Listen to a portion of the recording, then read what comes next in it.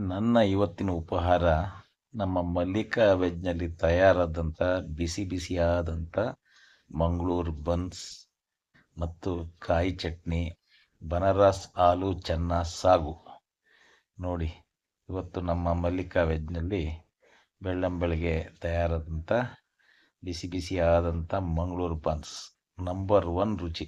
ಚಟ್ನಿ ಜೊತೆಗೆ ತಿಂದಾಗ ಒಂದು ರುಚಿ, ಅದೇ ನಮ್ಮ ಬನಾರಸ್ ಆಲೂ ಚೆನ್ನ ಸಾಗು ಜೊತೆಗೆ ತಿಂದರೆ ಅದು ಇನ್ನೊಂದು ರುಚಿ. ಅವೆರಡನ್ನೂ ಸೇರಿಸಿ ತಿಂದರೆ ಮೂರನೇ ರುಚಿ. ಹಾಗಾಗಿ ಇದೊಂದು ನಾನು ಭಾಳ ಇಷ್ಟಪಡುವಂಥ ಒಂದು ತಿಂಡಿ ಕೂಡ ಮಂಗಳೂರು ಬನ್ಸ್. ಅದು ಬಾಳೆಹಣ್ಣಿನ ಜೊತೆಗೆ ಮೈದಾ, ಜೀರಿಗೆ ಇವನ್ನೆಲ್ಲ ಮಿಕ್ಸ್ ಮಾಡಿಬಿಟ್ಟು ತಯಾರು ಮಾಡ್ತಾರೆ.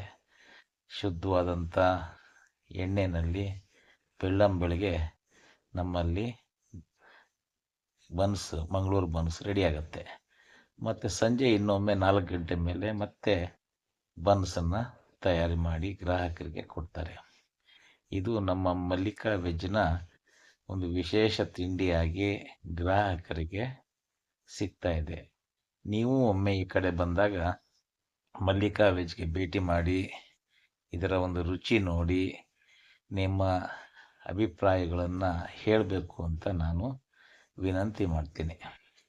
ಅದರಲ್ಲಿ ಬನಾರಸ್ ಆಲೂ ಚೆನ್ನ ಇದೆಯಲ್ಲ, ಅದು ತುಂಬ ಚೆನ್ನಾಗಿದೆ.